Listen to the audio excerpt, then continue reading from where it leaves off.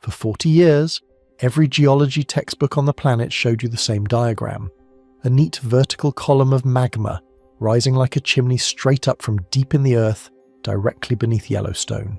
Clean, simple, wrong. A peer-reviewed paper just dropped in Science, one of the most prestigious journals in existence, and it quietly dismantled that diagram entirely. The magma isn't rising vertically, it's coming in sideways, through a tilted underground corridor connected to the same tectonic forces tearing the West Coast apart. And here's the part nobody's talking about. The researchers say an eruption has less to do with how much magma is down there, and everything to do with whether the crust above can break. Stay with me, you're going to want to see this. Before we begin, if you genuinely enjoy what we do here at Project Nightwatch, hit like and subscribe so you do not miss a single update as this story develops. Drop a comment with where you're tuning in from, what time it is there, and tell me this. A peer-reviewed study just quietly rewrote the entire structural map of the most watched supervolcano on Earth. And it turns out the real trigger for an eruption has nothing to do with heat or pressure, but with whether the ground above can simply crack open. So does it mean that we built 40 years of monitoring around the wrong model? What else did we get wrong? Let me know your thoughts in the comments. Now, let us get into it. Part 1. The paper that quietly changed Yellowstone. Something happened in April of 2026 that almost nobody noticed. A peer-reviewed paper landed in Science, one of the most prestigious scientific journals on the planet, and it quietly, methodically dismantled something that geologists have been teaching for more than 40 years. No press conference, no emergency announcement from the USGS, no breathless CNN chyron, just a study, published in the calm, sterile language of academic science, that essentially said, we had Yellowstone wrong. Not slightly wrong, structurally wrong. Wrong in the way that means every hazard model, every textbook diagram, every visualization you have ever seen of magma rising in a straight column beneath that famous caldera in Wyoming, all of it needs to be reconsidered. Now, before anyone reaches for their emergency kit, let me be clear about something. This discovery does not mean Yellowstone is about to erupt. The USGS has not changed its assessment. The volcano remains what it has been for years in terms of official risk classification, a system being monitored, a system being studied, a system that is not showing signs of imminent catastrophe. But here is the thing about science that people sometimes forget. The absence of imminent danger is not the same as a complete understanding of the system. And what this paper reveals is that our understanding of the system, the actual architecture of what sits beneath your feet in Wyoming, was built on a model that new data simply does not support. The paper comes from a team at the Chinese Academy of Sciences, led by a researcher named Cao and colleagues, and what they built is genuinely impressive. They constructed a full three-dimensional geodynamic simulation of the western United States, a computational model that integrates seismic tomography data, magnetotelluric conductivity measurements, and mantle flow modeling into a single coherent picture of what the rock and partial melt and moving asthenosphere actually look like beneath the surface. Not a sketch, not an approximation. A multi-dataset reconstruction that cross-references independent lines of evidence to produce what may be the most complete picture of the Yellowstone magmatic system ever assembled. And what that picture shows is not what anyone expected, or rather it is not what the dominant model predicted. The magma feeding Yellowstone is not rising in a neat vertical column from some enormous pool of heat in the lower mantle. It is being transported through a tilted conduit, a southwest dipping pathway, a structure that angles obliquely through the lithosphere and connects Yellowstone not to some isolated thermal anomaly sitting directly below it, but to the same regional tectonic machinery that is actively pulling the western United States apart. The system is not a chimney. It is something far stranger, and in some ways, far more interesting. Think about what a chimney implies. Heat rises, magma accumulates at depth, buoyancy drives it upward, pressure builds, and eventually the system either erupts or it doesn't. That is the intuitive model. That is the model that fits naturally into how people imagine volcanoes, because it matches the basic physics of hot things rising through cold things. The plume model, the idea that Yellowstone sits above a mantle plume, a column of anomalously hot material rising from the deep mantle, has been the organising framework for Yellowstone geology since the 1980s. It explains the hotspot track across Idaho. It explains the succession of caldera-forming eruptions moving northeast across the continent over millions of years. It feels complete. It feels like it works. Except the simulation does not reproduce it. The three-dimensional reconstruction of the mantle and lithosphere beneath western North America shows a system that is not vertically organized. The melt originates in the upper asthenosphere, not in a deep plume source. The transport pathway is not a rising column, it is a tilted corridor, shaped not by buoyancy alone, but by the stress geometry of the surrounding lithosphere. And crucially, it is not isolated. It connects outward. It extends into the broader tectonic deformation zone of the western United States. The model integrates multiple independent datasets, seismic tomography from different research groups, magnetotelluric surveys that image electrical conductivity as a proxy for melt fraction, and dynamic flow simulations, and all of them independently reproduce the same oblique southwest dipping geometry. That convergence matters enormously. When one dataset shows you something unexpected, the natural response is skepticism. Maybe it is a processing artifact. Maybe the resolution is insufficient. Maybe there is a contaminating signal from something nearby. But when multiple independent methods based on completely different physical principles, all point to the same geometry, the probability that you're looking at an artifact drops significantly. The tilted structure is not a quirk of the data. It appears to be real, and this single finding forces a reinterpretation of almost everything else. If Yellowstone is not fed by a vertical plume, then its location is not determined by where the hotspot source sits beneath it. Its location is determined by tectonic geometry, by the arrangement of stress fields and lithospheric thickness and crustal weakness that happens to funnel magma toward that particular patch of Wyoming. Yellowstone is not sitting above a heat source. It is sitting at an intersection point, a structural junction where the geometry of the continent happens to allow melt to reach the surface. That is a completely different kind of statement about what Yellowstone is, and it has implications that we will spend the rest of this video working through. Because here is where the central question lives.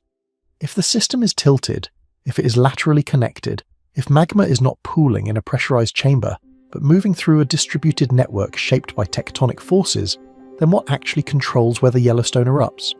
What is the variable that matters? And the answer this paper proposes is not the one most people would guess. It is not the temperature. It is not the volume of magma. It is not even the rate at which new melt is being produced. The answer, according to this model, is whether the crust above can break. The eruption question in the new framework is a mechanical question about crustal failure, and that changes everything about how we should be thinking about this system.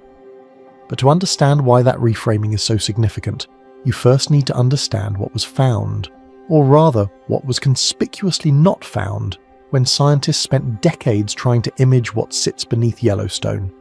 And that is where the story gets genuinely strange. Part 2: The Missing Deep Chamber That Never Showed Up.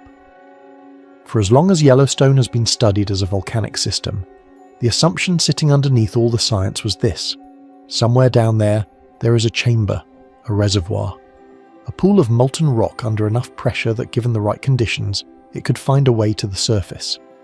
This is how volcanoes work in the public imagination, and for most classical volcanic systems, it is a reasonable approximation of reality. You have a heat source, you have a zone of molten material, you have a pathway, and when the system exceeds some critical threshold, you get an eruption. Clean, causal, sequential. The problem with Yellowstone is that nobody ever found the chamber. Decades of seismic imaging, surveys that use earthquake waves and artificial vibrations to scan the interior of the crust, the way a medical ultrasound scans a body, should have revealed a large coherent body of liquid magma somewhere beneath the caldera if one existed. When seismic waves pass through partially molten rock, they slow down. When they hit a zone of true liquid melt, the effect is dramatic. Certain wave types cannot pass through liquid at all.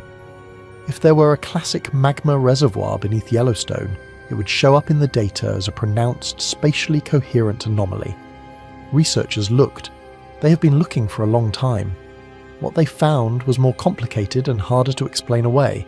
What the seismic data consistently shows is not a single coherent chamber. It shows two distinct zones of anomalous material at different depths, neither of which looks like a pressurized reservoir of liquid magma. The shallower zone sits between roughly 5 and 17 kilometers below the surface. It is the one that has received the most attention. This is the rhyolitic magma mush zone, the material most directly associated with the surface volcanic features visible at Yellowstone. But even this zone is not what people picture when they think of a magma reservoir. The melt fraction, the proportion of the rock that is actually liquid, is estimated to be somewhere between 5 and 15%, depending on the method used and the region of the caldera examined. The rest of the material is crystalline, solid, behaving more like a sponge saturated with partial melt than a pressurized tank of liquid rock. The second zone is the one that drew less public attention but may be more important for understanding the system. It sits between roughly 20 and 50 kilometers depth and consists of basaltic partial melt, a different composition from the shallow rhyolitic zone, denser and derived from a different part of the crustal and upper mantle column. Magnetotelluric surveys, which image the electrical conductivity of underground rock and are sensitive to the presence of conductive fluids including partial melt, have been particularly important in revealing this zone because seismic methods alone do not fully capture its geometry. The two methods together, seismic wave velocity anomalies and electrical conductivity patterns, converge on a picture of distributed partial melt spread across multiple zones rather than pooled in a single reservoir. For a long time, the response to this finding within the scientific community was essentially, the technology is not good enough yet. The assumption was that the chamber was there, it had to be there, the model required it, but the resolution of available imaging methods was insufficient to reveal it clearly. This is not an unreasonable position. Seismic tomography at crustal scales does have real resolution limitations, and there is genuine scientific literature discussing what level of melt fraction is required before a coherent body becomes detectable.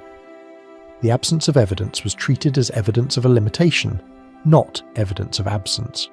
What the new model from Cow and colleagues does is reframe that absence entirely.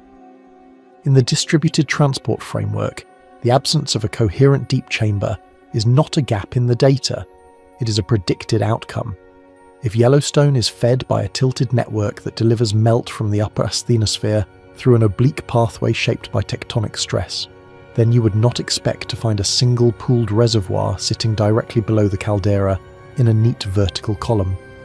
You would expect to find exactly what the data shows, distributed partial melt in multiple zones, spread across a range of depths, with no clear single source body. The data that was previously treated as puzzling or incomplete now matches the model's predictions almost exactly. This is a significant shift in how scientists interpret what they are seeing. The system behaves less like a pressure cooker, fill it up, heat it up, wait for the valve to fail, and more like a saturated sponge rock matrix, with melt moving through it in response to stress gradients rather than buoyancy alone. The old metaphor fails. The new one is stranger and harder to visualize, but it fits the observations. And critically, this distributed architecture has direct implications for eruption potential, implications that are counterintuitively somewhat reassuring but also entirely different from the reassurances that were offered before, because a distributed system is not the same as a dangerous system. A system where melt is dispersed across multiple zones, where no single zone has a high melt fraction, where pressure cannot easily accumulate in one place, because the fluid pathways are too diffuse. That kind of system is harder to destabilize than a classic pressurized reservoir. The very structure that seemed alarming because it defied the familiar model may actually represent a more mechanically stable configuration than a single large chamber would be. The catch is that stability in a distributed system is not controlled by the same variables as stability in a classical reservoir. And that is exactly what the community is still working to understand. What this means for the people watching those famous geysers and hot springs and mud pots at Yellowstone, those beautiful and slightly unnerving surface expressions of what lies below, we're going to come back to. But first, let us talk about how the scientific community received this paper, because the reaction was not what you might expect from a finding this significant. Part 3. The first silent shock in the geology community. When a paper this consequential lands in science, you might expect the response to be immediate and loud. Press releases, counter papers, someone on social media declaring the end of the plume paradigm. That is how science is sometimes portrayed, as a series of dramatic confrontations between old ideas and new data, played out in real time for the public audience. The reality, as usual, is quieter and stranger. The paper moved through the geoscience community in the way that genuinely challenging work tends to move, not with a bang, but with the slow, uncertain energy of a claim that people are not sure what to do with yet.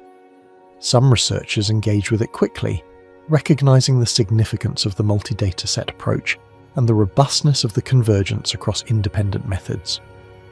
Others responded with the kind of cautious skepticism that is professionally appropriate and personally natural when someone tells you that a model you've been teaching for 4 decades needs to be reconsidered.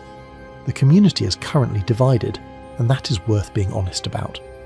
On one side, you have researchers who have invested significant careers in the plume model, geophysicists who have built sophisticated computational frameworks for mantle plumes, volcanologists who have interpreted the Yellowstone hotspot track using plume dynamics as the organizing principle, educators who have written textbook chapters and designed curriculum around the idea of a vertical heat source beneath the Snake River plain. For these researchers, the new model is not just a technical claim about conduit geometry. It is a challenge to an interpretive framework that has proven useful and productive for a long time. It generates specific, testable predictions. It has explanatory power. Abandoning it requires not just accepting new data, but accepting that the new data is better than the existing interpretive architecture. And that is not a concession anyone makes easily. On the other side, you have a growing community of researchers who have been uncomfortable with the plume model for some time. Seismic tomographers who know perfectly well that the resolution of current imaging beneath Yellowstone is insufficient to detect a classical deep mantle plume, and have been cautious about asserting one confidently. Geodynamicists who have modelled the interaction between the Farallon slab remnants, the basin and range extension, and the Walker Lane shear zone, and who have suspected for years that the magmatic system of the western United States is more interconnected than the isolated hotspot model implies. For these researchers, the new paper does not feel like a disruption. It feels like a confirmation of doubts they have been carrying quietly. The technical debate at the centre of this divide is not trivial, and it is worth stating clearly. One of the principal objections raised by plume advocates is that seismic tomography at the depths involved has genuine resolution limitations, and that the apparent tilted geometry of the conduit might reflect imaging artifacts rather than true structural geometry. Specifically, the presence of subducted slab material, remnants of the old Farallon Plate, now sinking through the mantle at various depths and orientations beneath western North America, creates complex velocity perturbations that can, in principle, distort the apparent geometry of other structures nearby. If you are imaging through or near a slab, the slab's velocity signature can bleed into neighbouring features and create apparent tilts or offsets that do not reflect the true structure. The COW team's response to this is methodological rather than dismissive. By integrating the magnetotelluric data, which is sensitive to electrical conductivity rather than seismic velocity, and is therefore not subject to the same artifact mechanisms, they argue that the tilted geometry appears consistently across methods that are not subject to the same potential biases. An imaging artifact that appears in seismic tomography should not simultaneously appear in magnetotelluric conductivity maps, because the two techniques are measuring fundamentally different physical properties of the rock. The fact that both methods reproduce the same oblique structure is a significant argument against the artifact interpretation. What this debate reveals is something important about the nature of scientific paradigm shifts. The plume model has been not just a scientific hypothesis, but an organizing framework, a lens through which data was interpreted, a template against which new findings were measured. When your framework becomes a template, it starts to shape what you see, subtly and often unconsciously. Anomalies get rationalized. Limitations get attributed to technology rather than to the model. And the longer the framework has been in place, the harder it is to see around it, because the infrastructure of interpretation, the textbooks, the course syllabi, the established methods for processing and presenting data has all been built to work within it. This is not a criticism of the scientists involved. It is a description of how science actually works, at the human level, when confronted with findings that challenge foundational assumptions. The plume model has 40 years of institutional weight behind it. The new model has a high-impact paper, a multi-dataset convergence argument, and a growing body of independent work on Western US mantle dynamics that points in the same direction. What it does not yet have is consensus. and consensus in geophysics, as in all sciences, takes time. But here is what makes this particular debate unusually significant, and what makes it more than just an internal argument among mantle physicists. The debate is not only about Yellowstone, it is about the fundamental mechanics of how melt is generated and transported in the upper mantle beneath continental plates. It is about whether intraplate volcanism that occurs far from plate boundaries, in the interiors of large continental plates, is primarily driven by thermal anomalies rising from depth, or by tectonic stress configurations at the lithospheric scale. If the distributed flow model is correct for Yellowstone, then similar reinterpretations may be warranted for other intraplate volcanic systems around the world.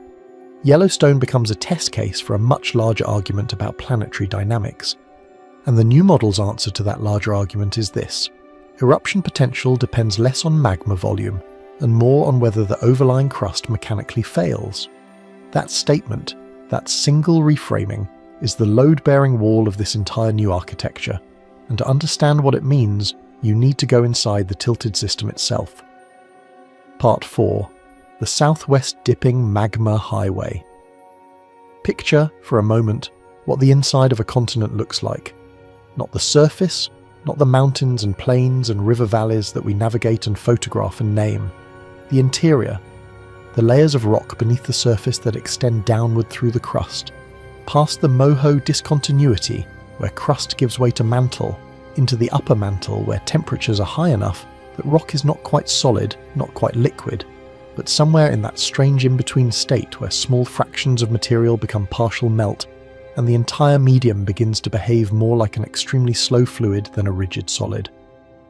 That is the environment where the Yellowstone story actually begins, not in Wyoming, but somewhere in the upper asthenosphere beneath the western United States, at depths of perhaps 100 kilometers or more. In the old model, the story from here is simple. Heat from the deep mantle creates a buoyant column that rises, more or less vertically, through the mantle and into the base of the crust. Melt accumulates at crustal depths, pressure builds, and eventually either eruption occurs or the system cools and solidifies. The geometry is dictated by the thermal anomaly. Everything flows toward the place where it is hottest, and the hottest place is defined by the plume's location.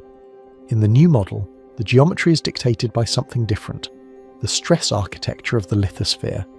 The lithosphere, the rigid outer shell of the Earth, comprising the crust and the uppermost solid mantle, is not uniform beneath the western United States. It varies enormously in thickness, composition, strength, and the direction and magnitude of stresses acting on it. In the east, the North American craton, the ancient, cold, thick core of the continent, acts as a powerful mechanical barrier. In the west, the lithosphere has been thinned, weakened, and deformed by a long history of tectonic activity: subduction of oceanic plates, extension of the basin and range, lateral shearing along fault systems like the Walker Lane. This variability in lithospheric structure does not just influence where volcanoes might eventually erupt, it actively shapes the pathways through which melt moves. The southwest dipping conduit identified in the cow simulation is not a single pipe or tube in the simple sense.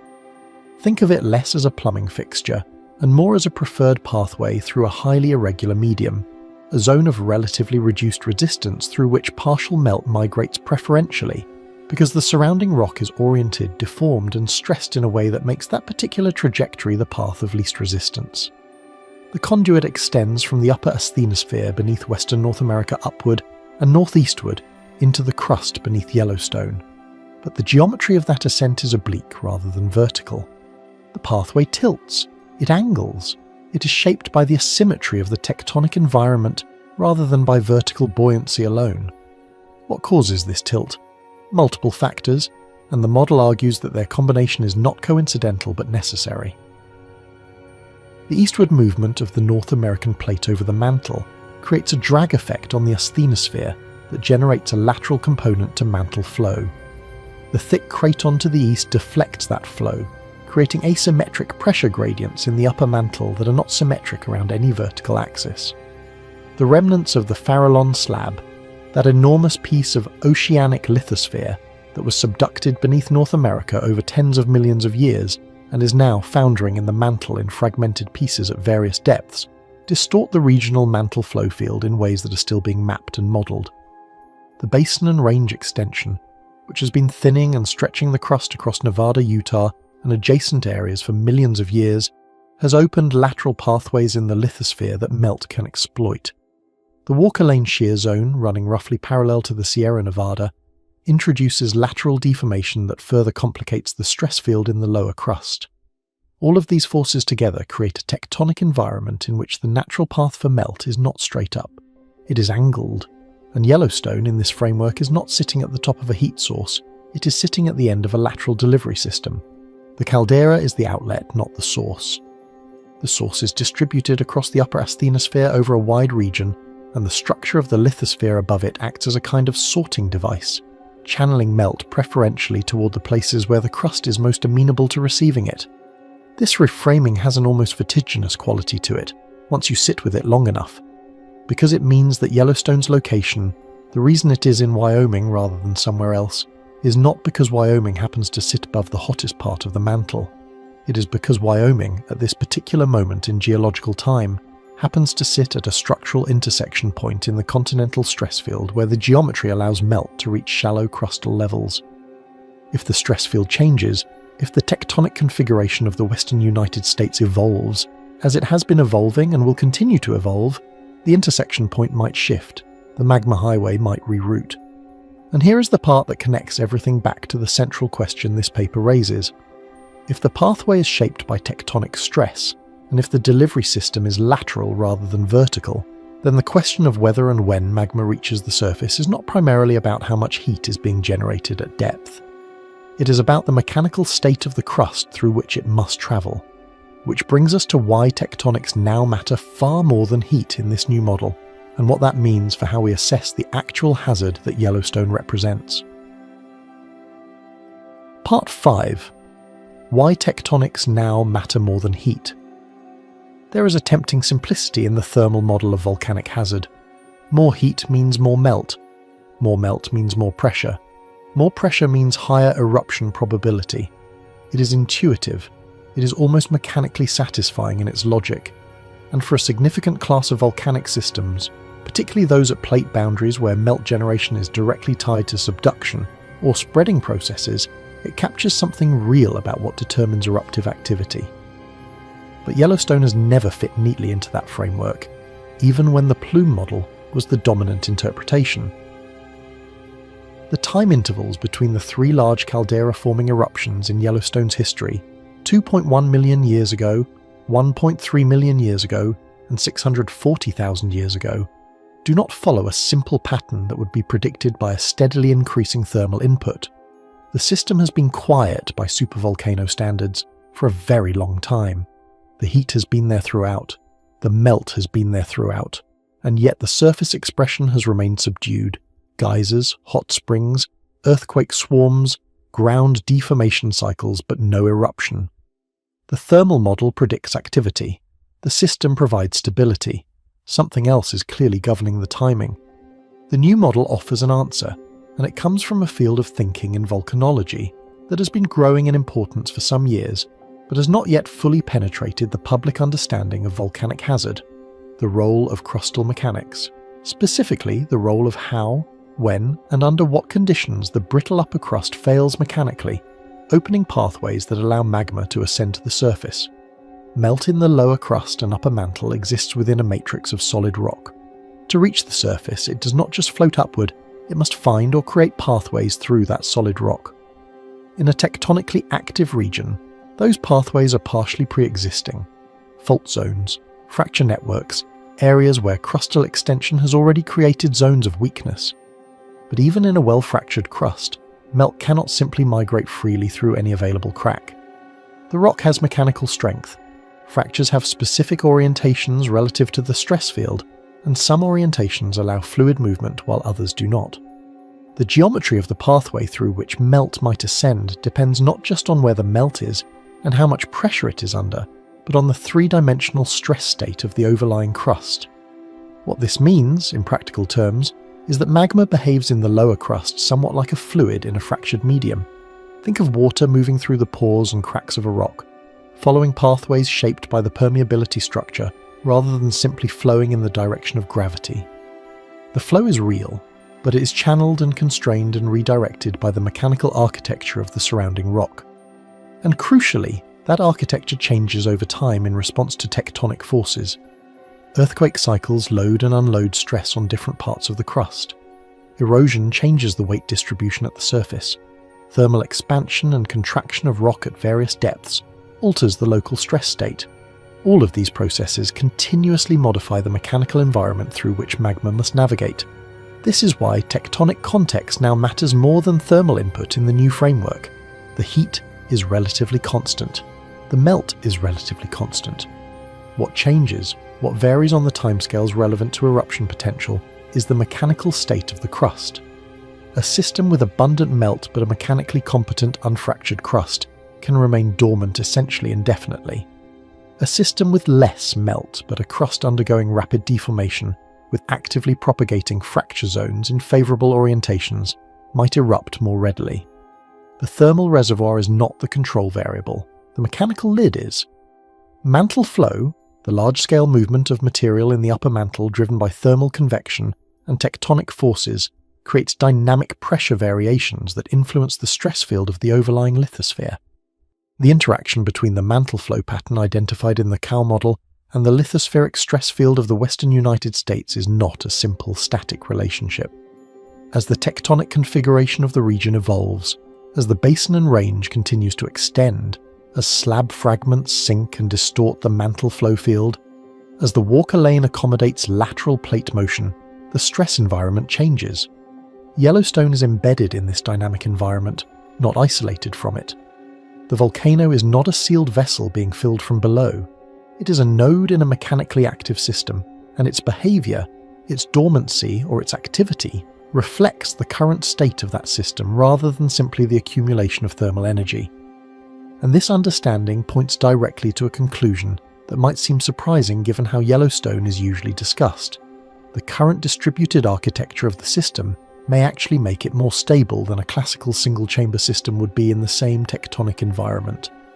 The geometry that seemed alarming because it defied expectations turns out to have a stabilizing logic that the old model obscured. But you have to understand the stability mechanism to appreciate it, and the stability mechanism is the most counterintuitive part of this entire story. Part 6. The counterintuitive stability paradox. Here is the thing about Yellowstone that the internet has always gotten wrong.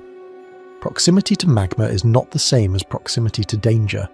The melt fraction numbers that have come out of seismic and magnetotelluric studies, 5 to 15% in the shallow rhyolitic zone, lower fractions in the deeper basaltic region, are not alarming numbers. They are actually numbers that describe a system in a state of mechanical equilibrium rather than explosive readiness. A melt fraction of 10% means that 90% of the material in that zone is solid, crystalline rock. The system behaves like a sponge that has been partially saturated with a viscous fluid, not like a pressurized tank of liquid. To generate the kind of catastrophic eruption that Yellowstone is famous for, the caldera-forming supereruptions that occurred 2.1 million, 1.3 million, and 640,000 years ago, you need conditions that are far more specific than simply having magma near the surface.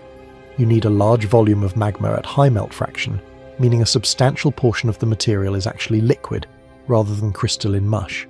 You need that magma to contain enough dissolved volatiles, water, carbon dioxide, sulfur compounds, that when pressure drops rapidly, the volatiles solve explosively, fragmenting the melt and driving the eruption. And you need the overlying crust to fail in a way that allows the entire pressurized system to decompress catastrophically, rather than leaking slowly through smaller fractures.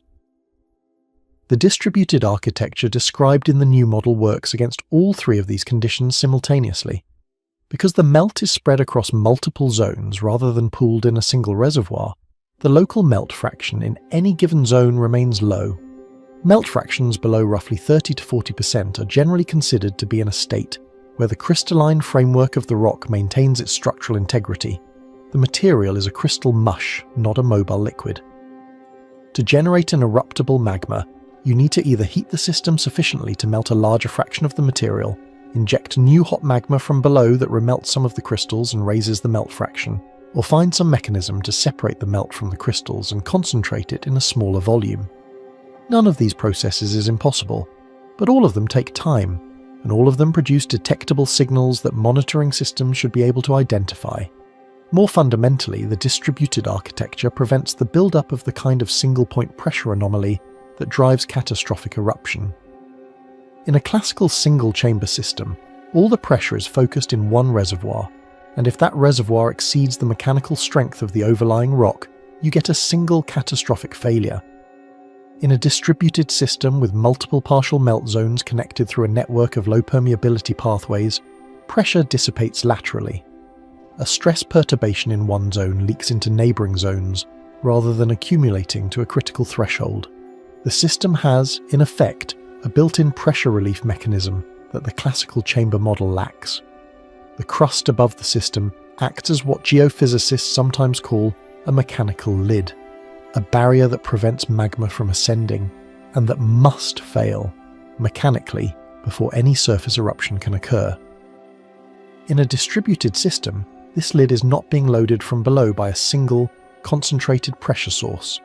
It is experiencing distributed, diffuse loading from multiple zones, none of which is individually capable of accumulating enough pressure to drive a catastrophic failure. The lid remains intact not because there is no magma below it, but because the geometry of the system below it does not generate the kind of focused pressure that would be required to breach it. The famous seismic swarms at Yellowstone, the sequences of small earthquakes that periodically generate significant media attention and considerable public concern, are entirely consistent with this picture. Seismic swarms in volcanic regions are commonly interpreted as evidence that magma is moving, that pressure is building, that the system is becoming more dangerous. But at Yellowstone, the swarms appear to reflect stress redistribution within the crust in response to the hydrothermal system, the movement of hot water and steam through the upper crustal fracture network, rather than direct magmatic ascent.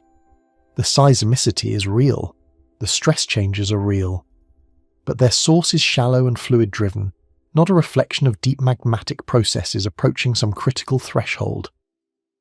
The apparent paradox that Yellowstone looks active and in some sense alarming from the surface, while the deep system is in a state of comparative mechanical stability, is explained by the disconnect between the shallow hydrothermal system and the deeper magmatic system. They are connected, but they are not the same system, and they do not respond to the same drivers, and the new model gives us a framework for thinking about that disconnect in a way that the old model struggled to provide, which means that the real question in the new framework is not whether Yellowstone has magma near the surface. It does. The question is what would have to happen, what sequence of mechanical events, what changes to the stress field, what introduction of new material from depth to transform the current distributed low-melt fraction, mechanically stable architecture into something that could drive a catastrophic eruption. That question takes us to the crustal lid, and to what the new model identifies as the real control variable for Yellowstone's hazard. Part 7.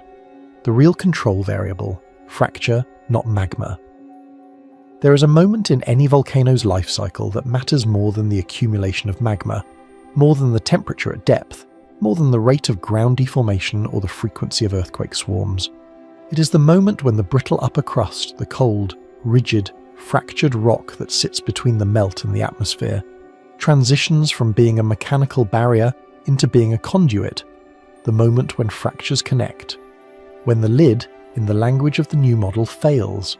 This is the real control variable that the cow study places at the centre of the Yellowstone hazard question. Not how much magma there is, not how hot the system is, not even how shallow the melt zones are. The question is whether the geometry of fracturing in the upper crust will ever reach a configuration that allows a connected pathway to form between the magma and the surface, and whether, if that pathway forms, it will do so in a way that allows catastrophic decompression rather than slow, managed outgassing. To understand why fracture geometry matters so much, it helps to think about what the upper crust of a volcanic region actually looks like at the small scale. It is not a uniform solid, it is a complex, heterogeneous medium threaded with fractures at every scale, from microscopic grain boundaries to kilometre-scale fault zones. Some of these fractures are filled with mineralised material, veins of quartz or calcite or zeolites, deposited by hydrothermal fluids moving through the rock. Some are empty. Some are partially open and partially sealed. The permeability of the crust to fluid flow, including magmatic fluid, is not a constant but a dynamic property that changes in response to stress, temperature, and the chemistry of the fluids themselves. In a volcanic system like Yellowstone, the upper crust is in a state of continuous stress. Tectonic forces load it from the sides. The weight of the overlying topography loads it from above. The thermal expansion of rock at depth pushes against it from below. The hydrothermal system, the network of hot water and steam that drives the geysers and hot springs, moves through it, chemically altering the rock and changing its mechanical properties over time. Seismic waves from regional and local earthquakes periodically shake it, temporarily changing the permeability structure and stress state in ways that can last for years. All of these processes are continuously modifying the fracture geometry of the crust. Most of the time, these modifications do not lead toward a connected pathway between the magma and the surface. The fractures heal. The stress redistributes harmlessly. The hydrothermal system finds new pathways that do not intersect with the magmatic system below. But the new model raises a question that the old model did not prioritize. What tectonic conditions would need to develop to change that?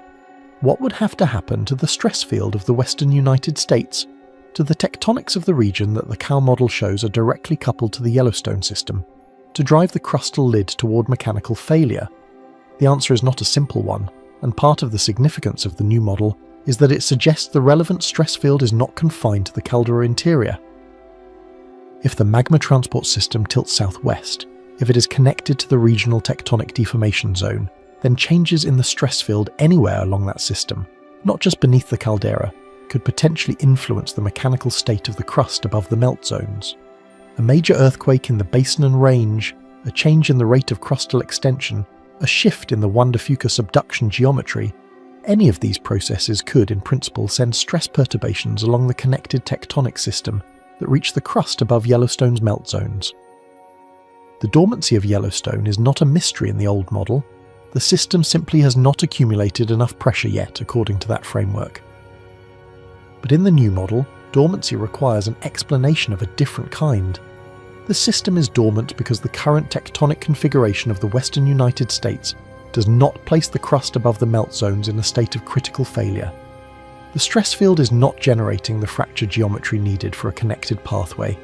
The lid is holding, not because the pressure below is insufficient, but because the mechanical conditions above are unfavourable for failure. This is a more dynamic and in some ways more unsettling framing than the old pressure build-up model, because it means that the transition from dormant to active is not driven purely by processes internal to the Yellowstone system.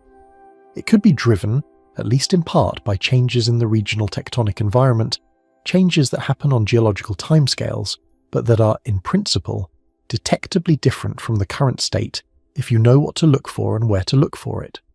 The seismicity outside the caldera, the deformation patterns in the broader region, the strain rates along fault systems connected to the larger tectonic network, all of these become relevant data inputs for a hazard assessment that the caldera-focused monitoring model was not designed to capture.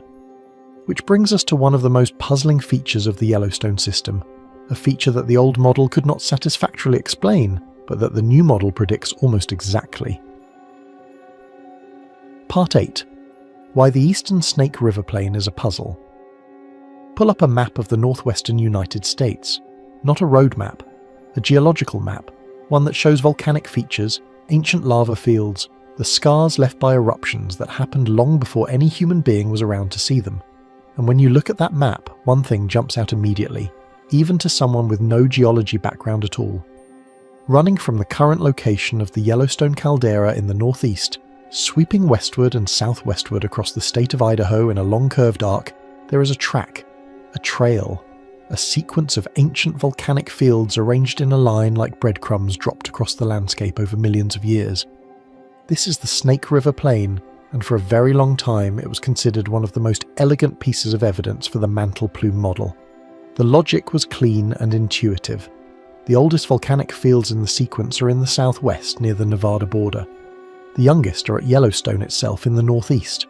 The age progression is systematic, older as you go southwest, younger as you go northeast, with the active caldera sitting at the leading edge of the whole sequence. the natural explanation writes itself.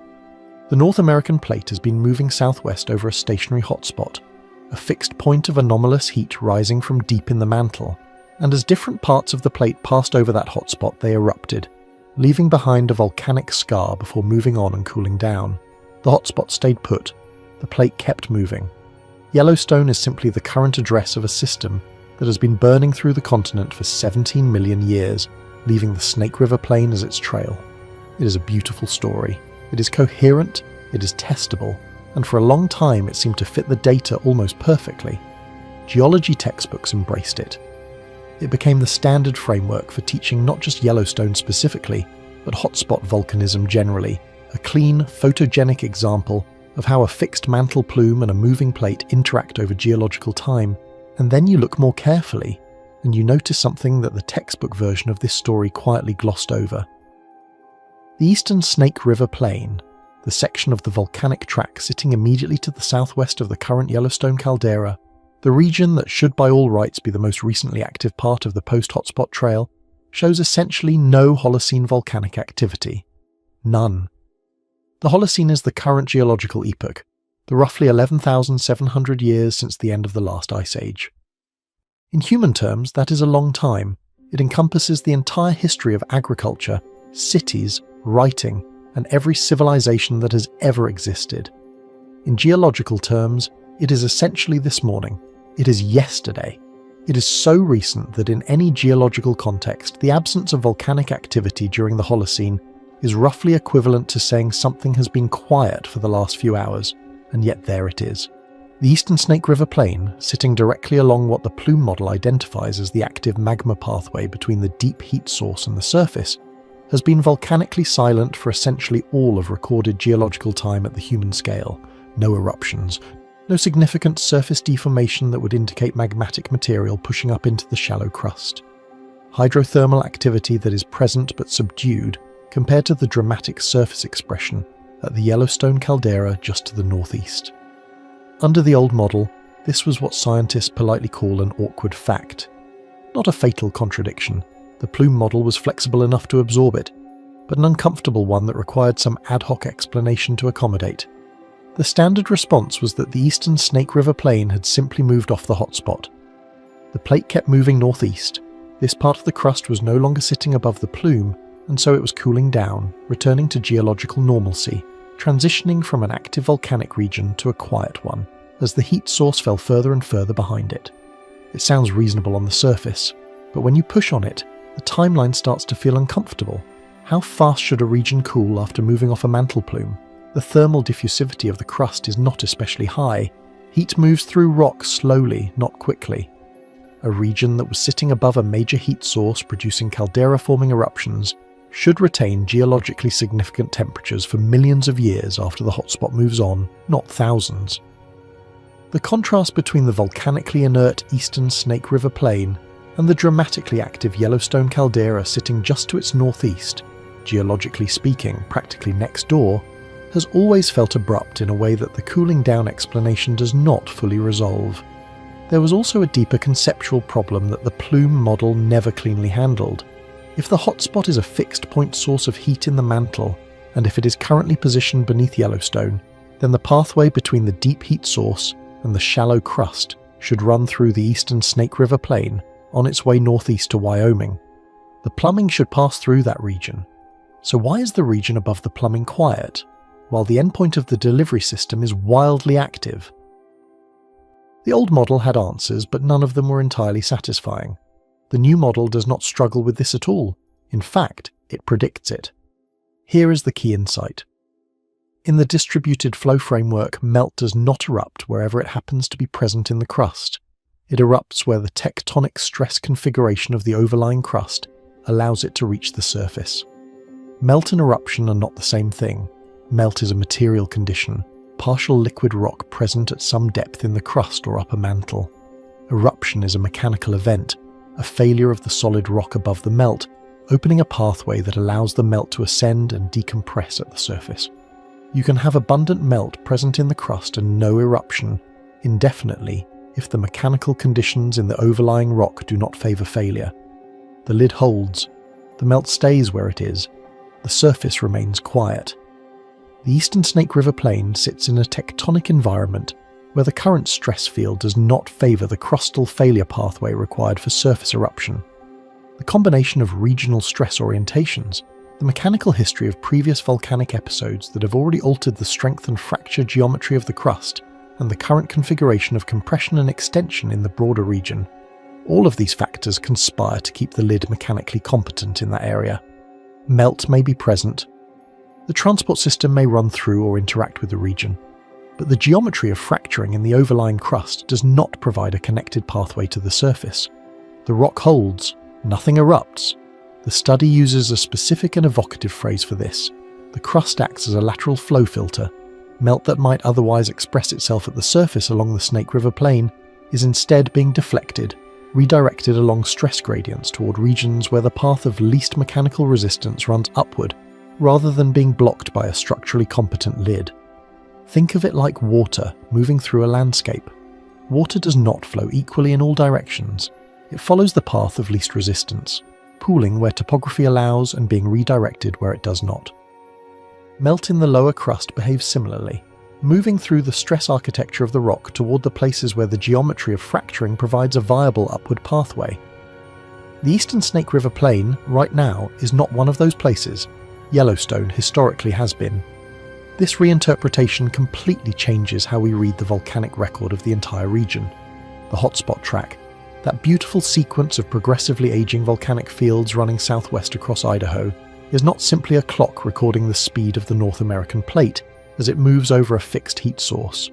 It is something far more interesting and far more complex. It is a map of tectonic state.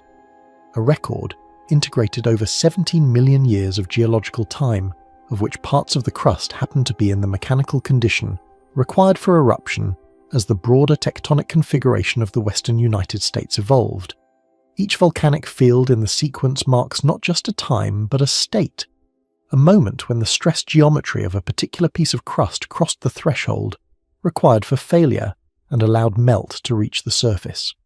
The implications of this reframing ripple outward in directions that are genuinely unsettling if you follow them carefully. If regions that currently show no recent volcanism are quiet because of mechanical conditions rather than because the magmatic system has moved on and the heat has dissipated, then silence on the surface is not the same thing as absence at depth. The Eastern Snake River Plain is geologically quiet right now, but according to the new model, quiet does not mean empty. It means the lid is holding. It means the stress field in the overlying crust currently disfavors eruption. It does not mean there is nothing down there capable of erupting if the mechanical conditions changed. And here is the thought that follows directly from that, even though I want to be careful about how I frame it. If volcanic silence reflects a current mechanical state, rather than a permanent absence of magmatic material, then the question of whether a currently quiet region could become active again is not purely a question about whether new heat or new melt is being introduced from depth. It is a question about whether the tectonic stress configuration of the crust above it could change in ways that remove the mechanical barrier currently keeping the lid intact. Tectonic configurations do change. Stress fields evolve. Fault systems accumulate strain and release it. The basin and range continues to extend. The geometry of the western United States in 10 million years will not be identical to its geometry today. None of this means the Eastern Snake River Plain is about to erupt. That is not what the model says, and it is not what I am saying. The timescales involved are geological, not human. But it does mean that reading the surface record of a volcanic region as a reliable guide to what is present at depth, assuming that quiet means empty and active means full, is an interpretive error that the new model specifically warns against. The Snake River Plain shows you one face of this system. It shows you what the architecture looks like when the mechanical lid is holding, when melt is present but cannot find a pathway to the surface, when the stress geometry of the crust filters out the volcanic expression and keeps everything locked below. Yellowstone's past supereruptions show you the other face. They show you what happens when the lid fails, when the stress field crosses some threshold, the fractures connect, the pathway opens, and the accumulated melt finds its way to the surface in one of the most violent geological events our planet produces. The new model is telling you that understanding the difference between those two states, lid intact versus lid failing, quiet surface versus catastrophic eruption, is the actual key to understanding Yellowstone's hazard. Not the volume of magma, not the temperature at depth, not the frequency of geyser eruptions or the chemistry of hydrothermal fluids.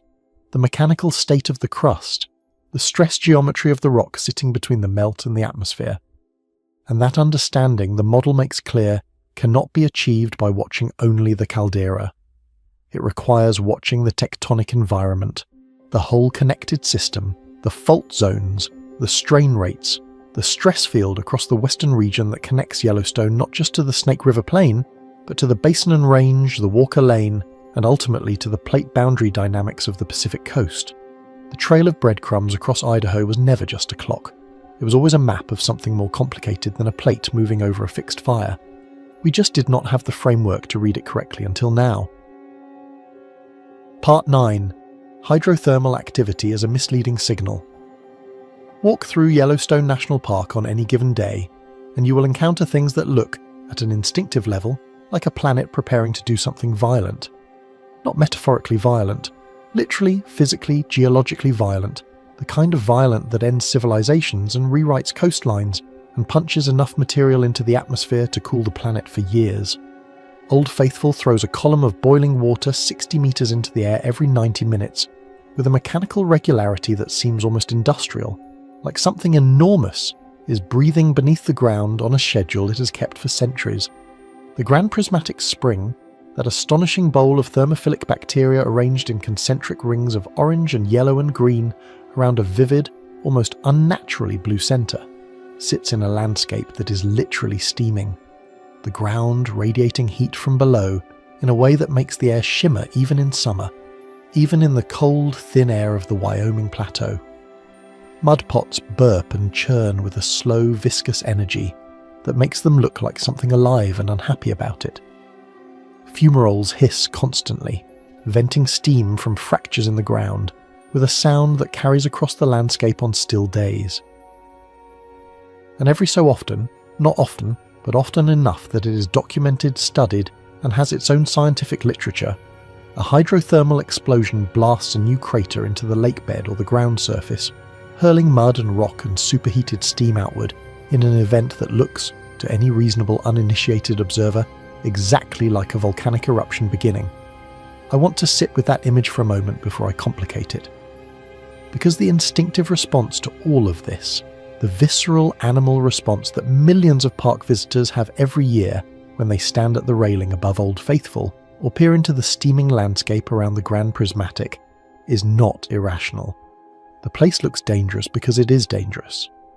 Not in the apocalyptic supervolcano sense that the internet loves to invoke, but in a very real, very immediate, very local sense. The heat is real. The pressure is real. The hydrothermal explosions that have occurred multiple times in recorded history at Yellowstone are genuine hazards. The kind of events that would kill you instantly if you were standing in the wrong place at the wrong moment. In 1989, a hydrothermal explosion at Porkchop Geyser hurled rocks up to 5 meters in diameter across the surrounding area. The Indian Pond explosion, which occurred roughly 3,000 years ago but left a crater still visible today, excavated a hole large enough to be a significant landscape feature. Mary Bay, one of the largest hydrothermal explosion craters on Earth, at roughly 2.5 kilometers across, sits in Yellowstone Lake, and is a reminder that these events can reach scales that are genuinely impressive even by geological standards. So yes, the surface of Yellowstone is telling you something real. Something is happening down there. Something energetic and pressurized and hot is very close to the surface, and it expresses itself continuously in the landscape you can walk through and photograph and stand above on a boardwalk, while a ranger explains the chemistry of thermophilic bacteria. But here is the critical distinction that the new model forces into sharp focus, and that the internet almost universally gets wrong. What the surface of Yellowstone is telling you about is not the deep magmatic system. It is not telling you about the melt zones kilometers below. It is not sending you messages about eruption timing, or pressure build-up in the crystal mush zones, or the mechanical state of the crust above the tilted conduit. The surface features, every geyser, every hot spring, every fumarole, every mud pot, every hydrothermal explosion, are manifestations of a shallow hydrothermal system. A network of hot water and steam circulating through the upper few kilometers of fractured rock, heated by the geothermal gradient, interacting with the local groundwater system, responding to changes in fracture permeability and fluid pressure in the shallow crust. This system is real, it is energetic, and it is physically distinct from the melt zones that sit kilometers below it. Physically distinct. That phrase is doing a lot of work, and I want to make sure it lands correctly. I'm not saying the two systems are completely unrelated. They are connected. The heat that drives the hydrothermal system ultimately comes from the magmatic system below it, and the chemistry of hydrothermal fluids carries some signature of the deep source that produced them. But connected is not the same as directly coupled.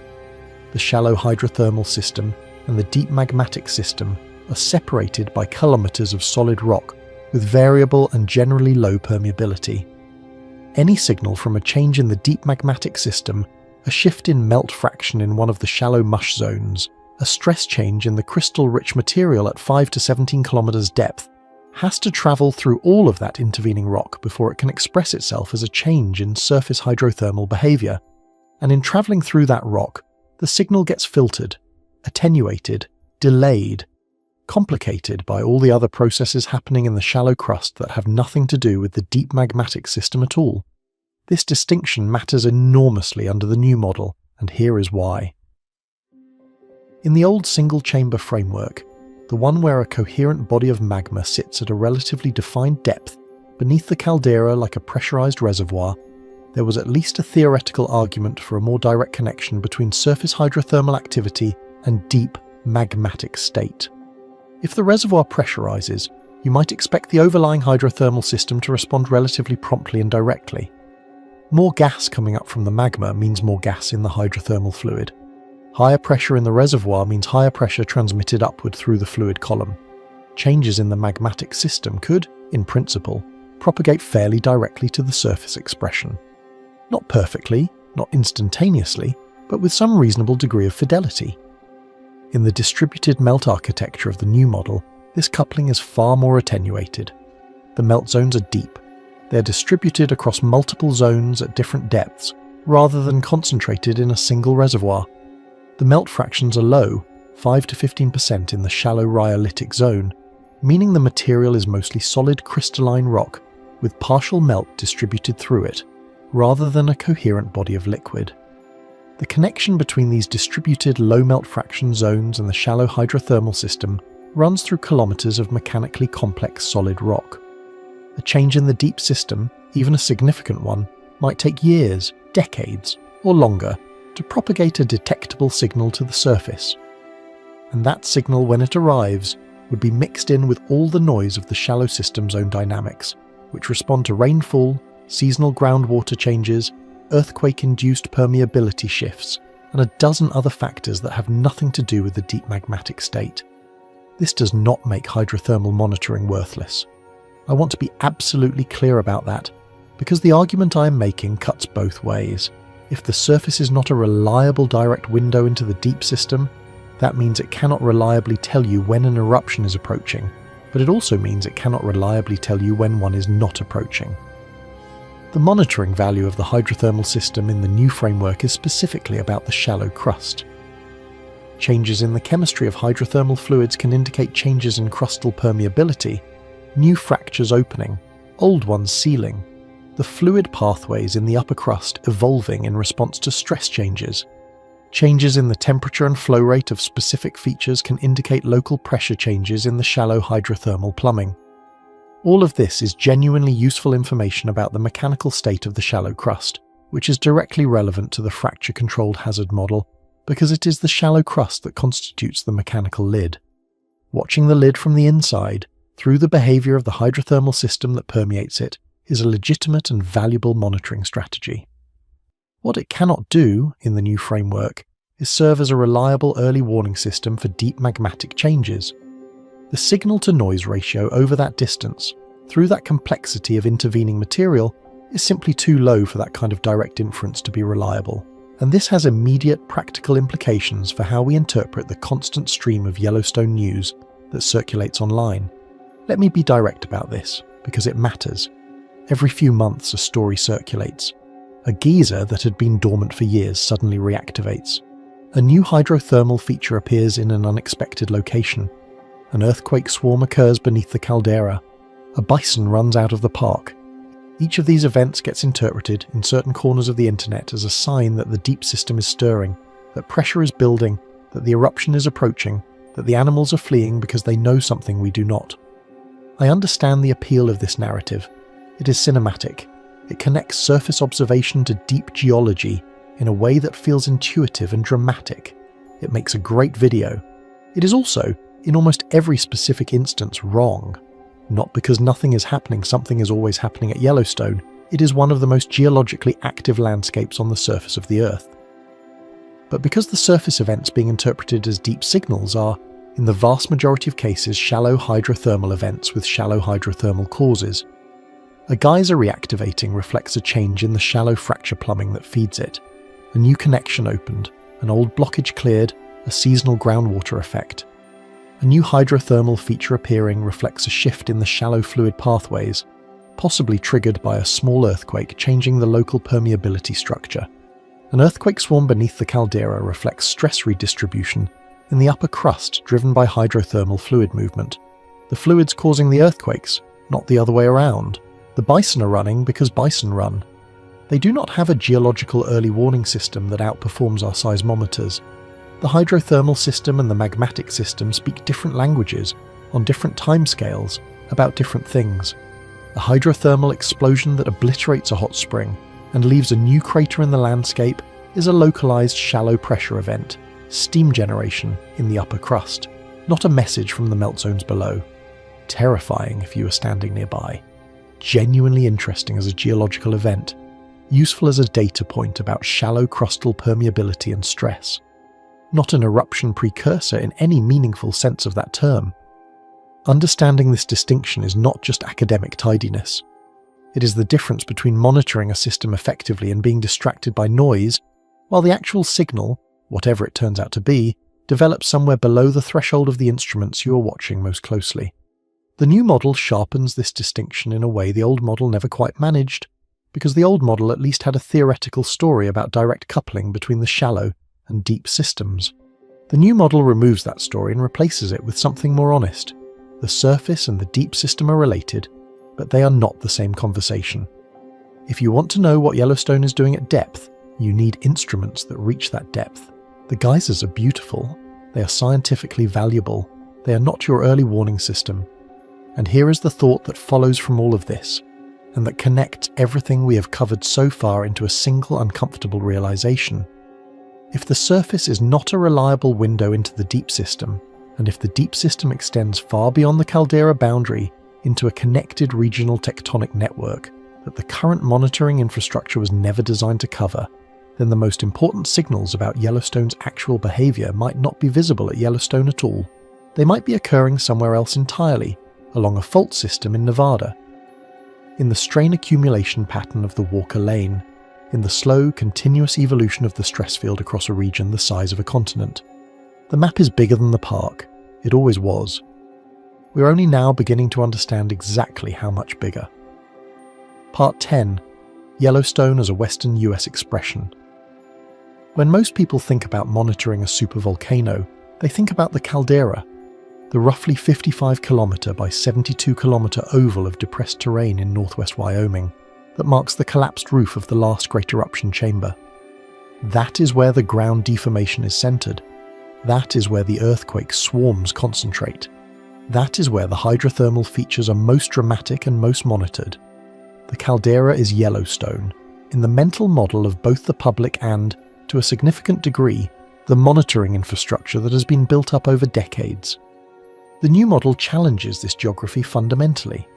If Yellowstone is fed by a southwest dipping transport system that connects to the regional tectonic deformation field of the western United States, then the processes that control its behaviour are not confined to the caldera.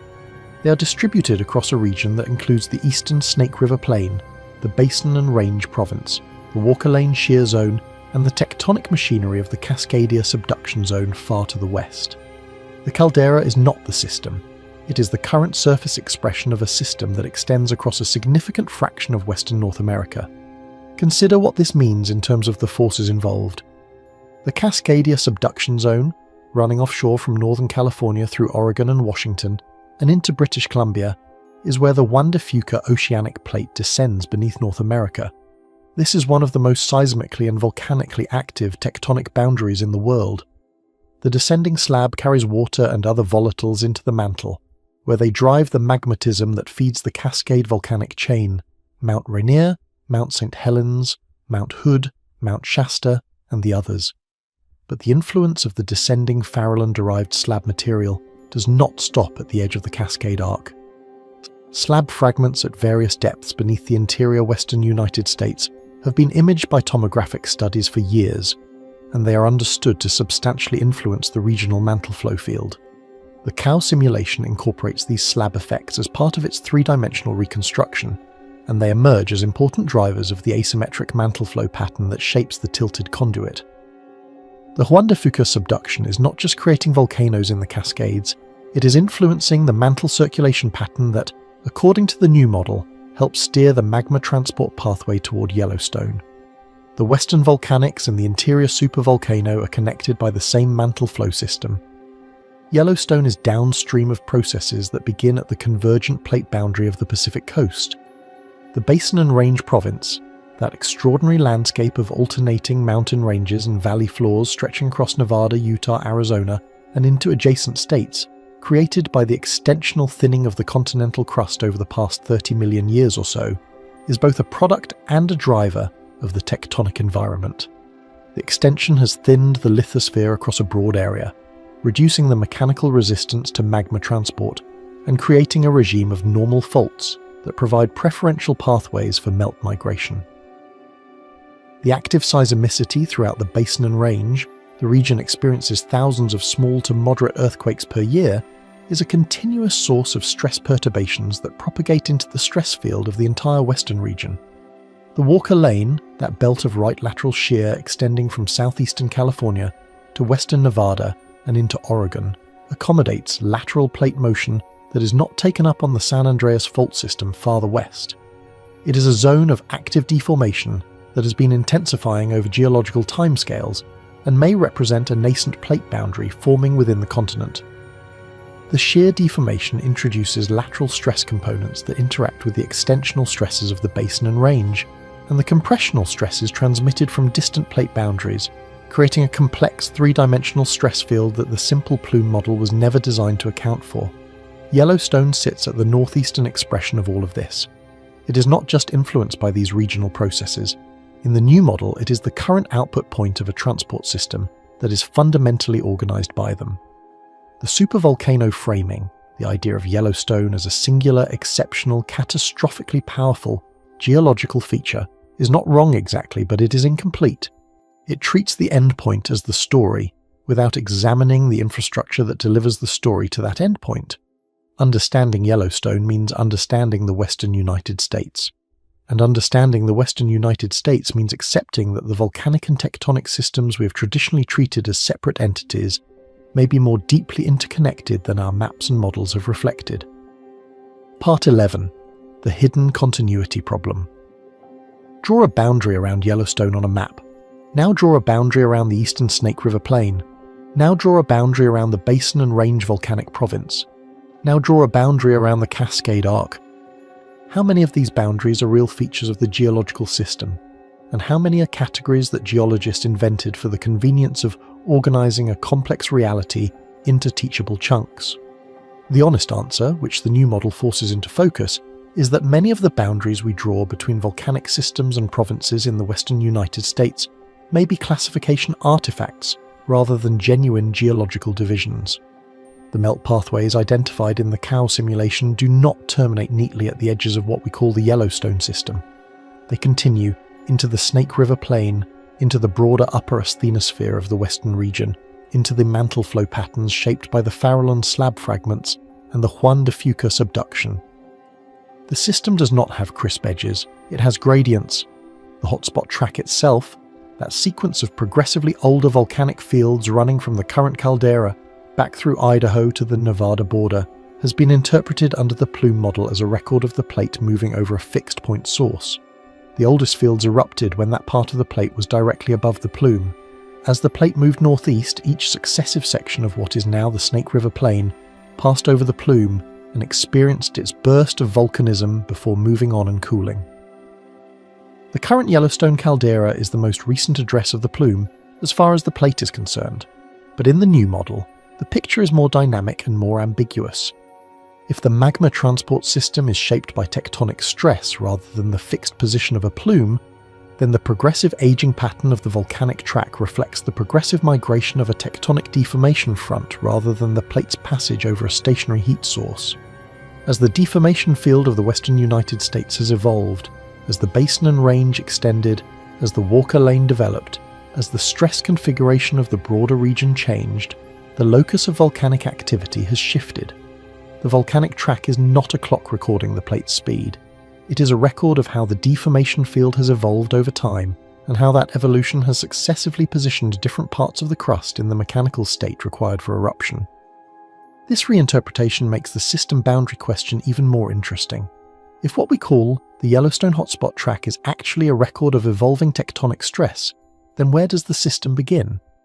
The volcanic fields at the southwestern end of the Snake River Plain, the oldest in the track, are not the origin point of a plume. They are the location where, 17 million years ago, the tectonic configuration happened to favour eruption. Before that, the deformation was somewhere else, expressed in other volcanic features, connected to the same mantle flow system through different surface expressions. The volcanic provinces of the western United States, Yellowstone, the Snake River Plain, the Basin and Range volcanic fields, the Cascade Arc, the Columbia River Basalt Province, the various smaller volcanic fields scattered across Nevada and California and Oregon, may be less like separate geological entities and more like different windows into the same underlying system, viewed through the filter of different tectonic environments and different times in the evolution of the western continent. The labels are useful. They refer to real geographic features with real and important differences, but they may be organising a continuum into discrete categories in a way that obscures the fundamental continuity of the underlying process. If this is correct, and it is a significant if, then hazard assessment for any individual part of this system requires understanding the state of the whole. An increase in the rate of crustal extension in the basin and range might change the stress field in ways that affect melt transport throughout the connected network. A major seismic event in the Walker Lane might send stress perturbations along the connected system that influence the mechanical state of the crust in places far from the epicenter. The volcanic future of the western United States is not written by each system in isolation. It is written by the collective evolution of the interconnected network, and monitoring any one node in that network without monitoring the others means watching a piece of the story without seeing the plot.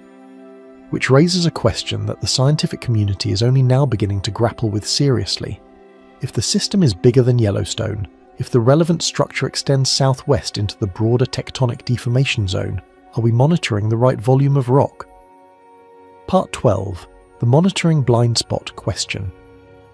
Here is something that does not get discussed nearly enough when people talk about Yellowstone. The monitoring infrastructure sitting above that system is, by any reasonable measure, genuinely impressive.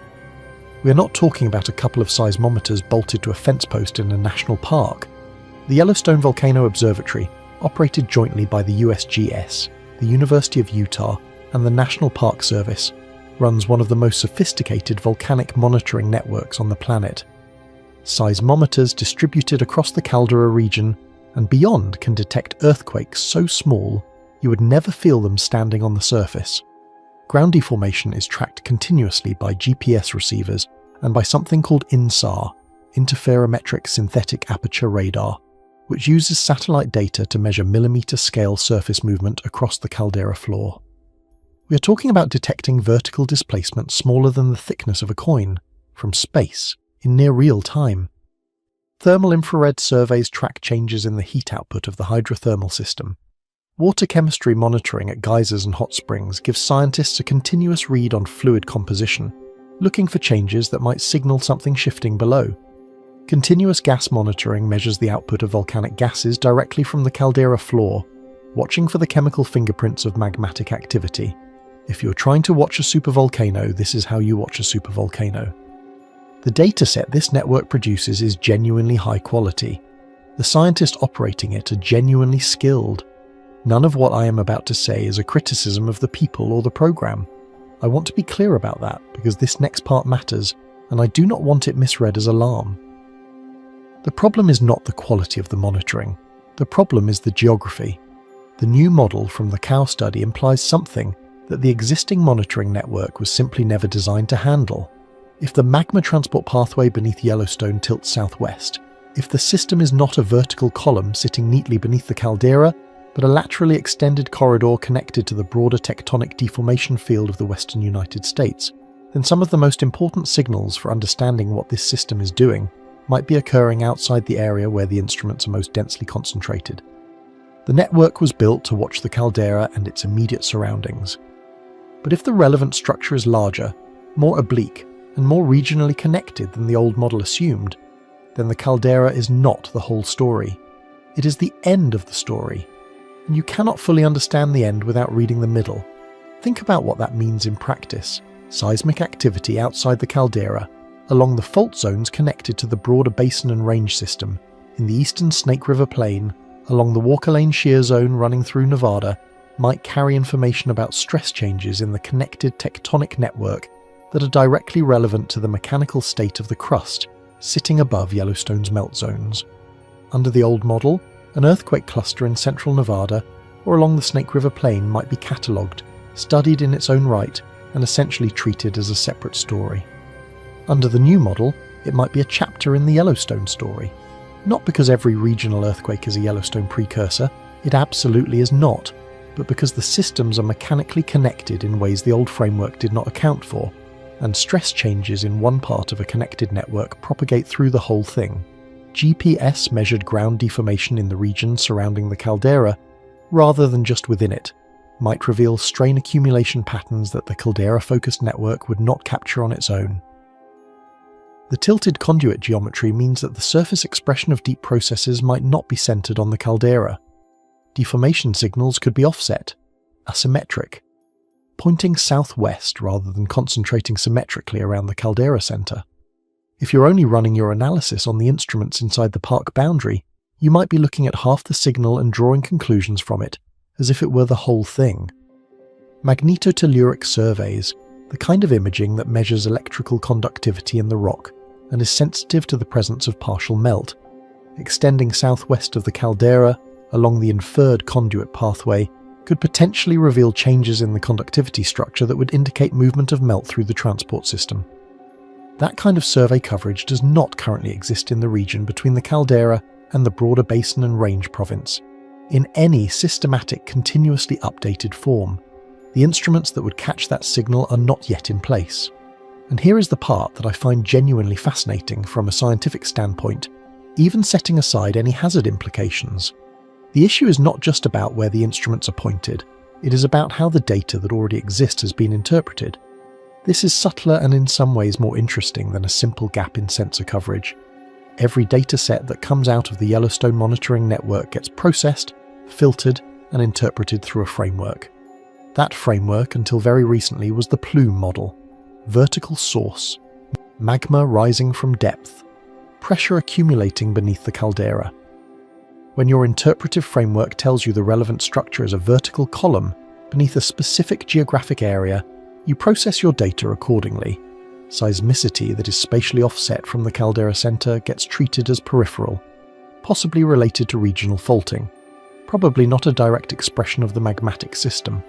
Ground deformation that is asymmetric, that tilts or extends in a particular direction, rather than inflating symmetrically like a balloon being filled from below, might get averaged, smoothed, or attributed to shallow hydrothermal processes rather than flagged as a potential geometric signal from a deeper tilted pathway. The data was not being mishandled. It was being interpreted through the best available model. That is exactly what scientists are supposed to do. But if the model was wrong about the geometry, and the CAO study argues it was, then the interpretive lens applied to years of accumulated data may have systematically suppressed or misattributed signals that carry real meaning in the new framework. The datasets themselves may contain information that has not been extracted yet. Not because the information was hidden or destroyed, but because the model framework used to look for it did not predict it would be there. This is the observational equivalent of what the paper describes about the physical system.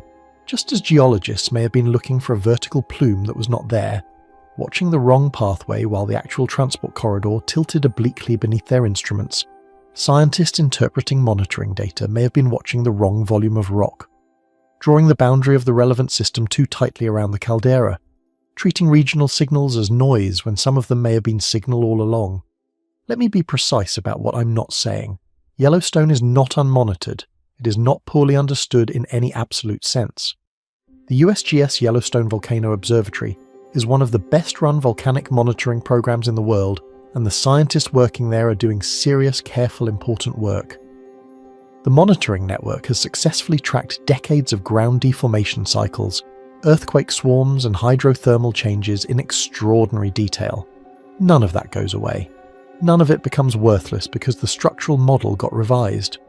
What it means is that the expansion and reorientation of the monitoring infrastructure, guided by the geometric predictions of the new model, extended southwest along the inferred conduit pathway, calibrated to watch the right volume of rock rather than just the caldera interior, is now a direct scientific priority that follows from this paper's findings.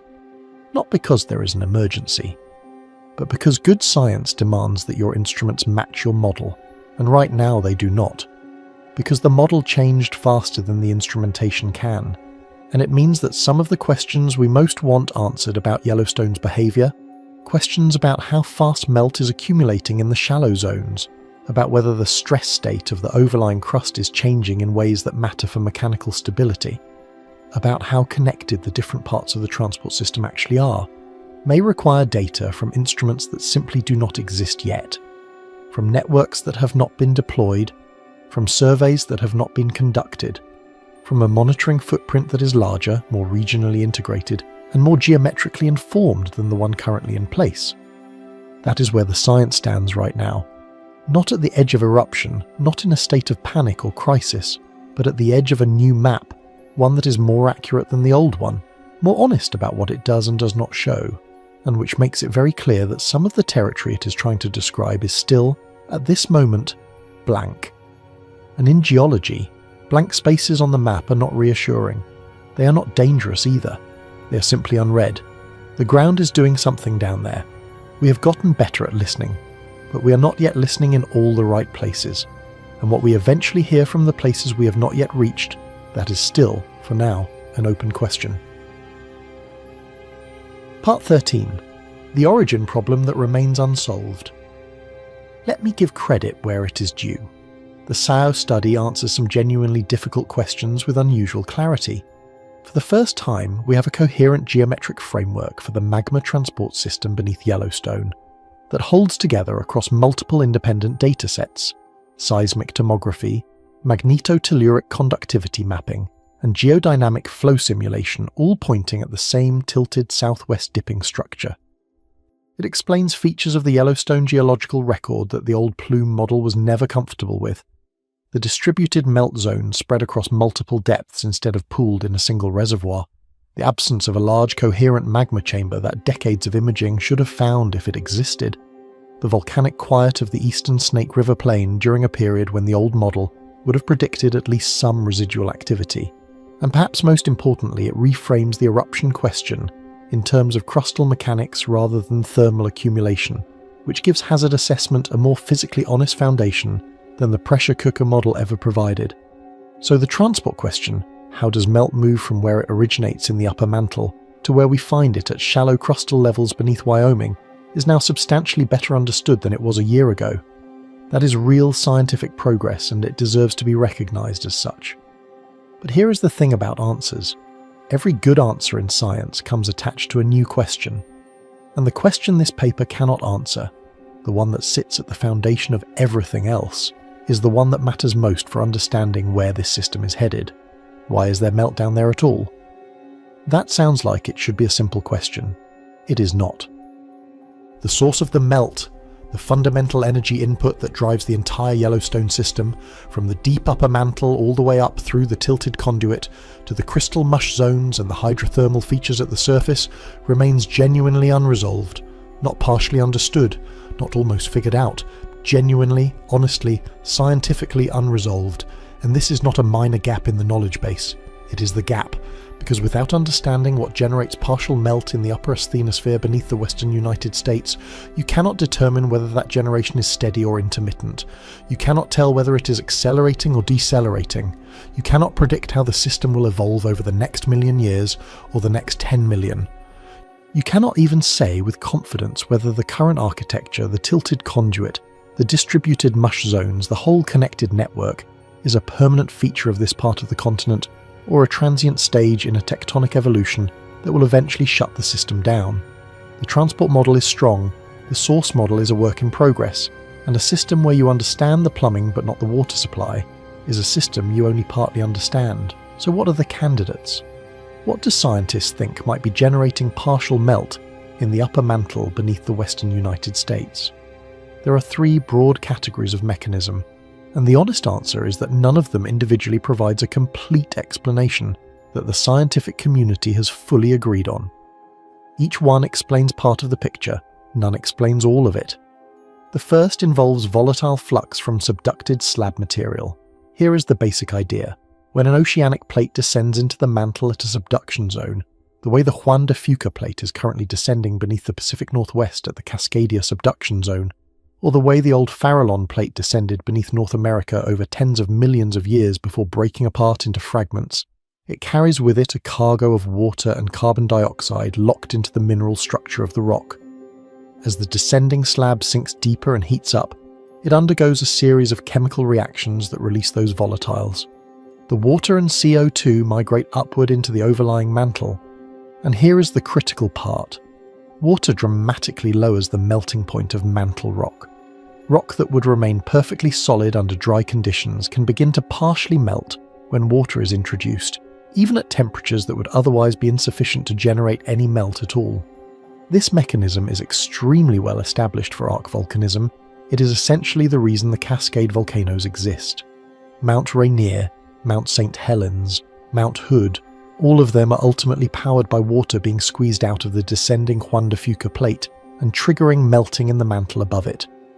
The question for Yellowstone is whether volatile flux from slab fragments at the relevant depths and locations beneath the interior western United States is sufficient to explain the melt generation there.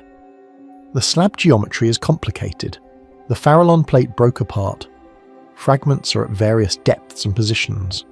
Whether the volatile release from those fragments is happening in the right place, at the right depth, and in sufficient quantities to drive Yellowstone-scale magmatism is something the models have not yet pinned down convincingly. The second mechanism is decompression melting driven by mantle flow. This one works differently. It does not require any change in temperature or any introduction of volatiles. It works purely through pressure. When the upper mantle flows upward, because tectonic forces are stretching and thinning the overlying lithosphere, or because the dynamics of the mantle convection system are drawing material toward the surface in a particular region, the reduction in confining pressure can cause the rock to melt even without getting any hotter.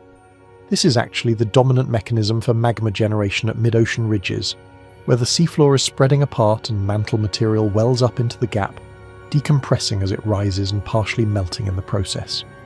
The Basin and Range Province, that extraordinary landscape of alternating mountain ranges and flat valleys stretching across Nevada, Utah, Arizona and into adjacent states, has been created by exactly this kind of extensional thinning of the continental crust over the past 30 million years or so.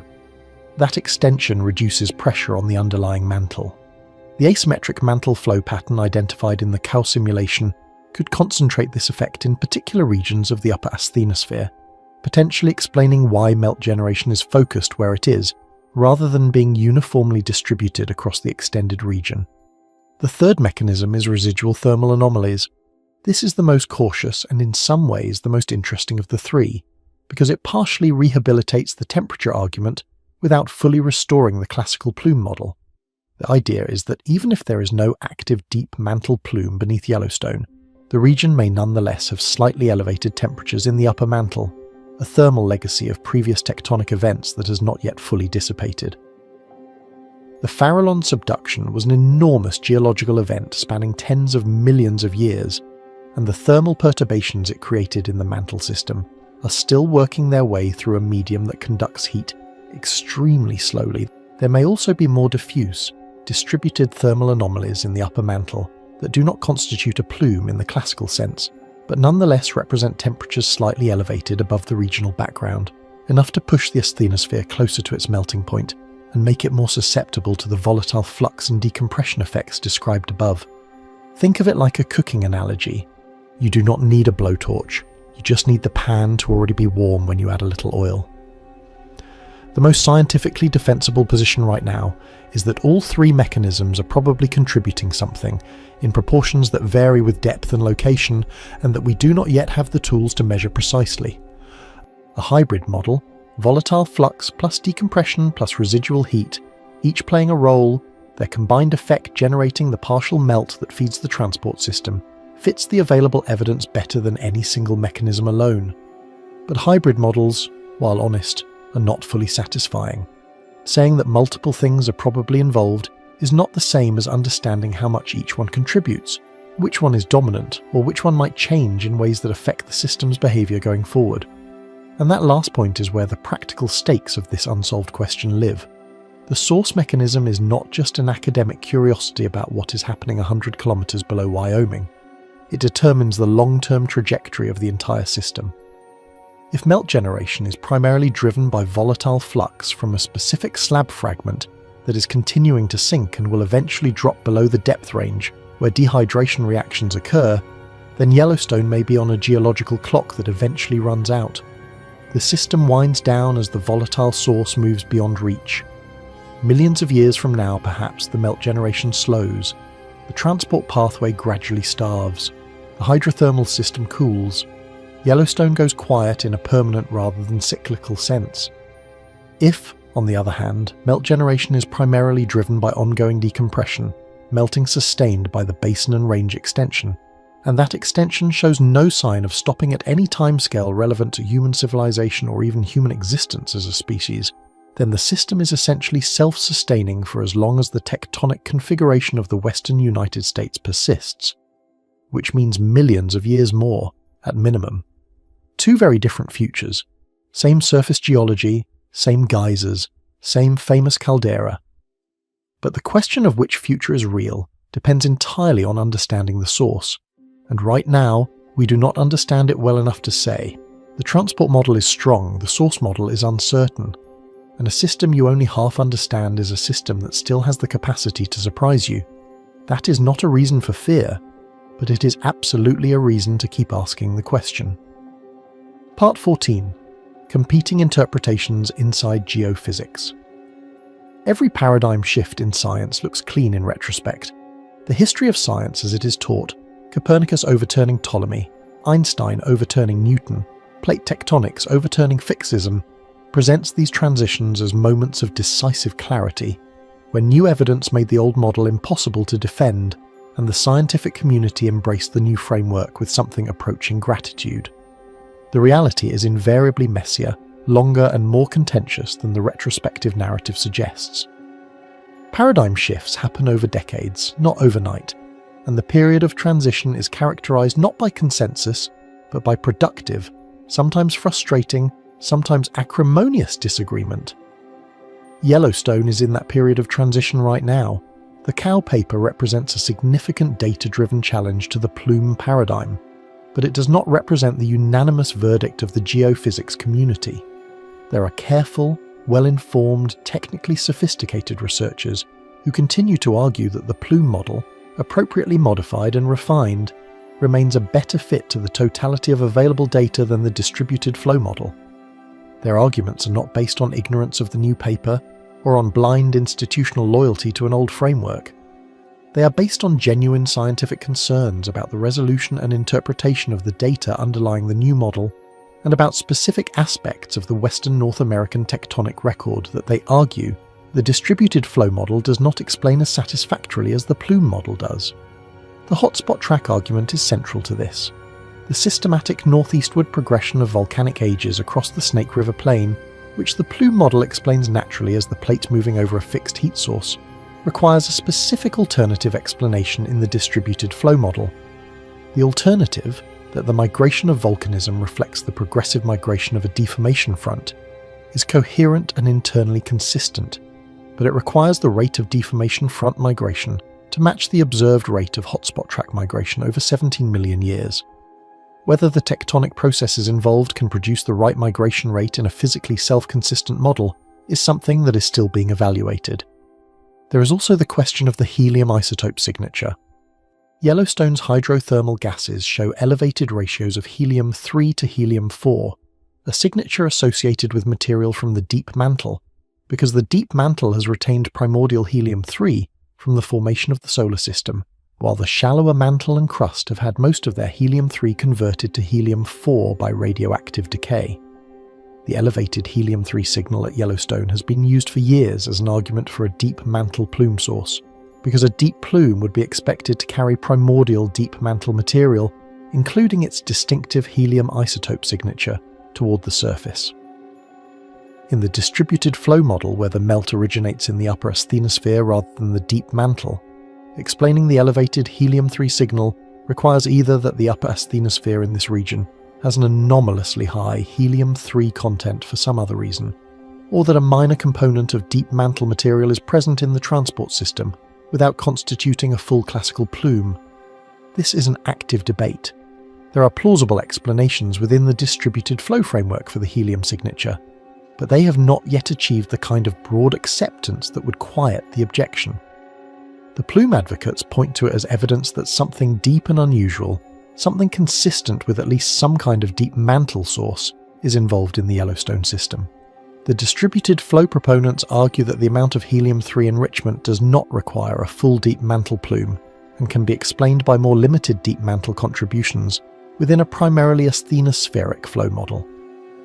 The broader disagreement, which Yellowstone is a proxy battle for, is about the fundamental physics of intraplate volcanism. How much of it is driven by deep thermal anomalies, and how much is driven by lithospheric stress and deformation? The answer has implications not just for Yellowstone, but for volcanic systems in Africa, in the Pacific Ocean basin, in Europe, and across the continents, every place where volcanism occurs far from a plate boundary and has been attributed to a mantle plume. If the Yellowstone case ultimately validates the distributed flow model over the plume model, it will invite re-examination of those other systems. The stakes of the debate are larger than any single volcano. What the current state of debate means practically is that the scientific community does not yet have a single, unified interpretation of what Yellowstone is and how it works at the deepest level. The new model is serious, well supported, and demands engagement. It is not a fringe claim or a provocative outlier, but it is also not yet the new consensus. It is a strong contender in an ongoing competition between models, and the competition is being resolved through the accumulation of new data, new analyses, and new arguments, the slow grinding machinery of scientific consensus formation. The public, watching from outside this process, often wants a simple answer. Which model is right? The honest scientific answer right now is, we do not yet know with certainty. The new model explains some things better. The old model explains some things better. Both models are incomplete. Both models make predictions that can be tested with better data and better simulations. The work is ongoing. Part 15. The real ending. A system still being mapped. Let us be precise about what has and has not changed.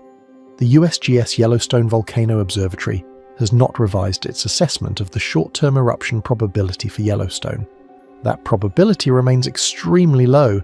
A major caldera-forming eruption is not considered imminent on any timescale that affects human planning. The monitoring network continues to function. The seismicity is within normal parameters for an active geothermal system. The ground deformation data, while it shows the kinds of cycles of uplift and subsidence that have been observed and documented for decades, does not show the kind of sustained, accelerating inflation that would suggest significant magma intrusion into the shallow crust. Yellowstone is not overdue for an eruption in any well-defined sense. The idea of an eruption cycle with a fixed recurrence interval is not supported by the geological record, which shows irregular intervals between large events. What has changed is the map. The structural interpretation of what sits beneath Wyoming, the geometry of the transport system, the source of the magma, the control variables that determine eruption potential, has been fundamentally revised by the CAO study. The revision is not incremental. It is not a refinement of the existing model. It is a reframing of the fundamental architecture, and that reframing has consequences for how we think about monitoring, hazard assessment, and the relationship between Yellowstone and the broader tectonic system of the western United States. The key inversions are worth stating clearly because they represent a genuine change in scientific understanding. What was modelled as a vertical structure is now modelled as a tilted one. What was understood as an isolated anomaly is now understood as a connected node in a regional network. What was imagined as a single magma chamber or reservoir is now described as a distributed mush architecture with multiple partial melt zones.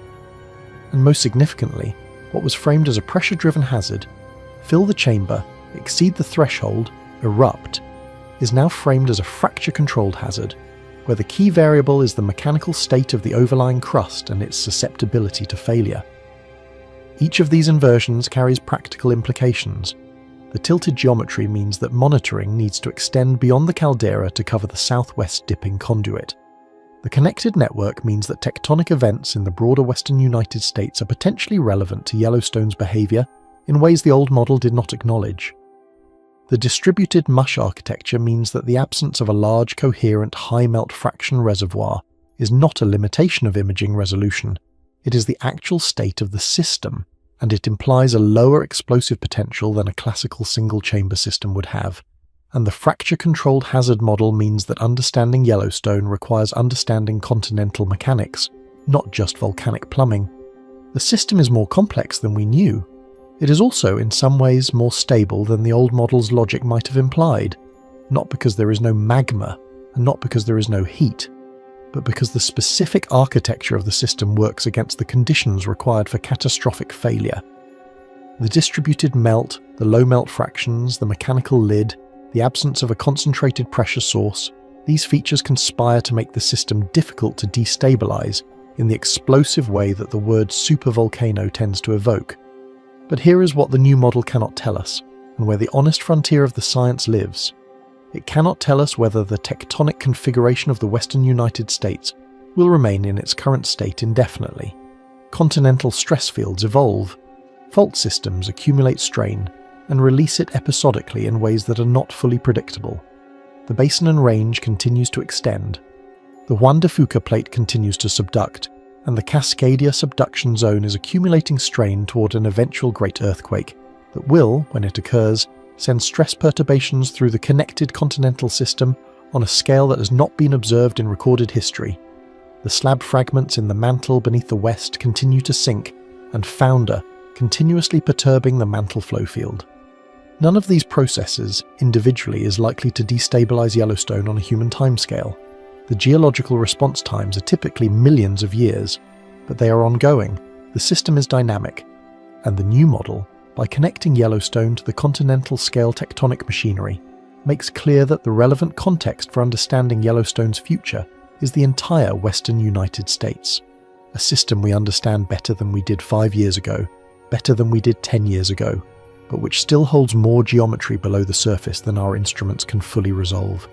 Scientists will continue to refine the model. New seismic networks will produce better images.